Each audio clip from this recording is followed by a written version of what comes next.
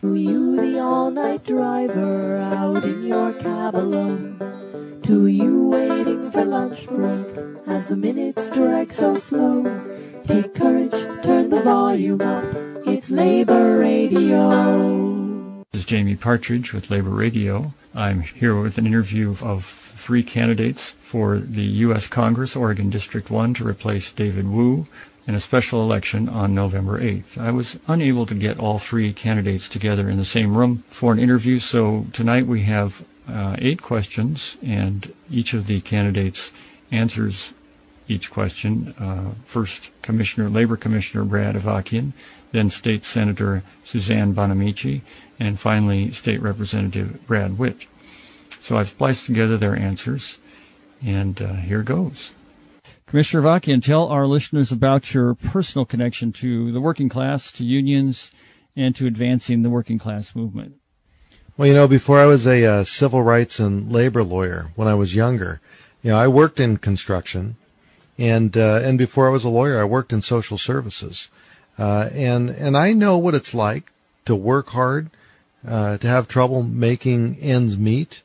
And just like a lot of folks do that work in those fields. But then, I became a labor lawyer and have sat at the bargaining table with folks. I've represented workers who have been treated unfairly and who have been struggling. And it really has taught me how important it is not only to work hard and do well for yourself, but to have somebody there when you're struggling and you need somebody that can give you a greater voice. And I found that out as a civil rights and a labor lawyer working with folks. And the other part of your question, advancing, the middle class, it's an incredibly important issue at Congress right now.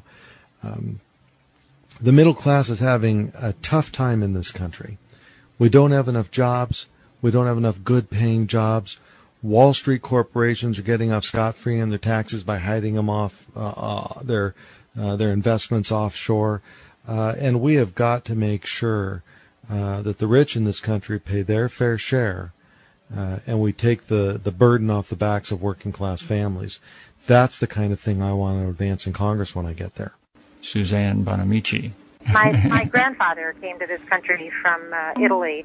He was a stonemason and worked in a coal mine till he lost his leg, and then he worked at Ford Motor Company before Ford was unionized, and he worked in some very dangerous working conditions. And watching him and what I've learned from him, learned the value of what unions can do for the safety and security of workers, and I have a very strong record in the Oregon legislature standing up for working class families and for the rights of workers to organize. Brad Witt. Put myself through college working in sawmills both on the east and west coast. As a result of that experience and having come out of the mills with 10 fingers, I dedicated my professional working career to making sure that as many workers as possible go home at night as a whole person as a result. I've been a union member and or union representative for over 30 years now, and have served as a professional union representative for the Carpenters Union, their industrial side, for the United Food and Commercial Workers, 14 years as the Secretary-Treasurer of the Oregon AFL-CIO. What would you do as a congressperson to advance working class movement and help build more powerful unions? Brad Avakian.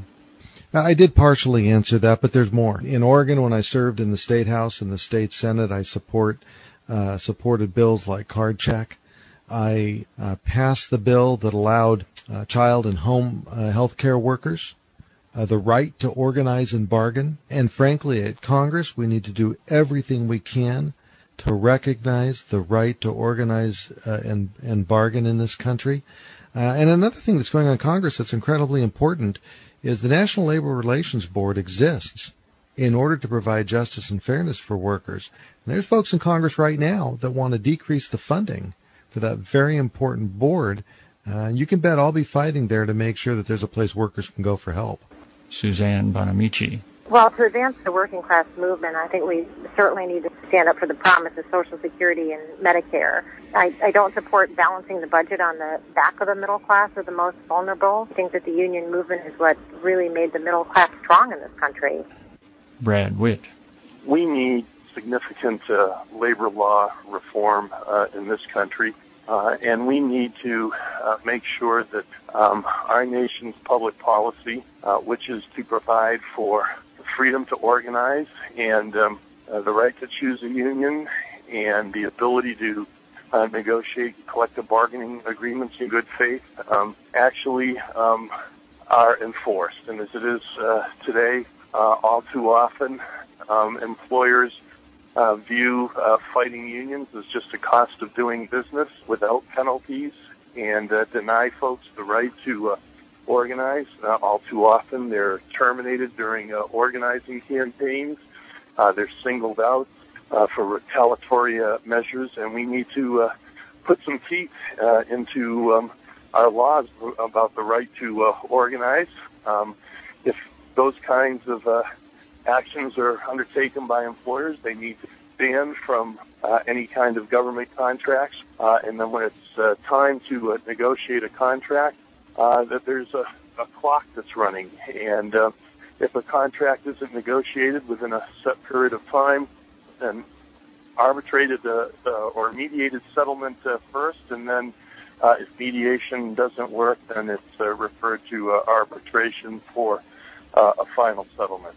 And what would you do to help create good jobs and full employment? Brad Avakian. Well, it's something I've already got a start on. I am the Commissioner of Labor and Industries in this state. Last legislative session, I built the coalition that's going to bring shop classes back to our middle schools and high schools. We need to have the best trained, most ready workforce you can find anywhere on the globe.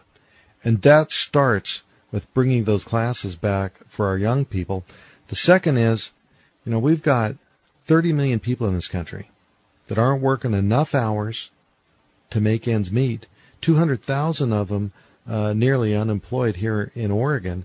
I want a 21st century WPA program that is going to redirect federal attention to rebuilding our roads and our bridges, creating a new smart electrical grid for the country, putting folks back to work, rebuilding America. Suzanne Bonamici. Well, we need to start rebuilding America, literally. We have crumbling roads, bridges, water systems, electrical grids. We can put people back to work right away on infrastructure. I also want to continue some work I did in the Oregon State Legislature, which is helping small businesses grow by getting better access to capital, creating and keeping jobs right here in Oregon. Also encourage greater use of work share programs to prevent layoffs in the first place. And then I believe that the federal government does have a role in preventing further teacher and healthcare provider layoffs by helping states when we have serious economic downturns like the one we're in right now. Brad Witt. We need to take a look at what is it that both our nation and our national economy need. And I think we need to focus on improving three critical infrastructures nationwide: energy, transportation, and communications. Each one of them is vital to our economy. Each one of those is in dire need of modernization and upgrades.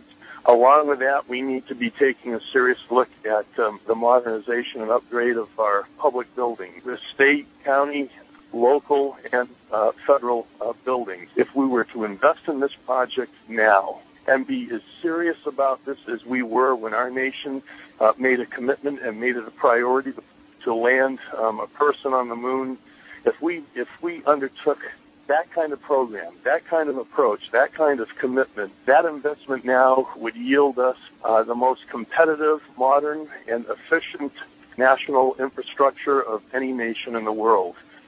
In the process of doing that, we'd put unemployed Americans back to work, we'd rebuild our infrastructure from the ground up, and we would set our nation's economy on the path to prosperity once again. And what would you do to promote equal rights for all workers, regardless of race, gender, national origin, or immigration?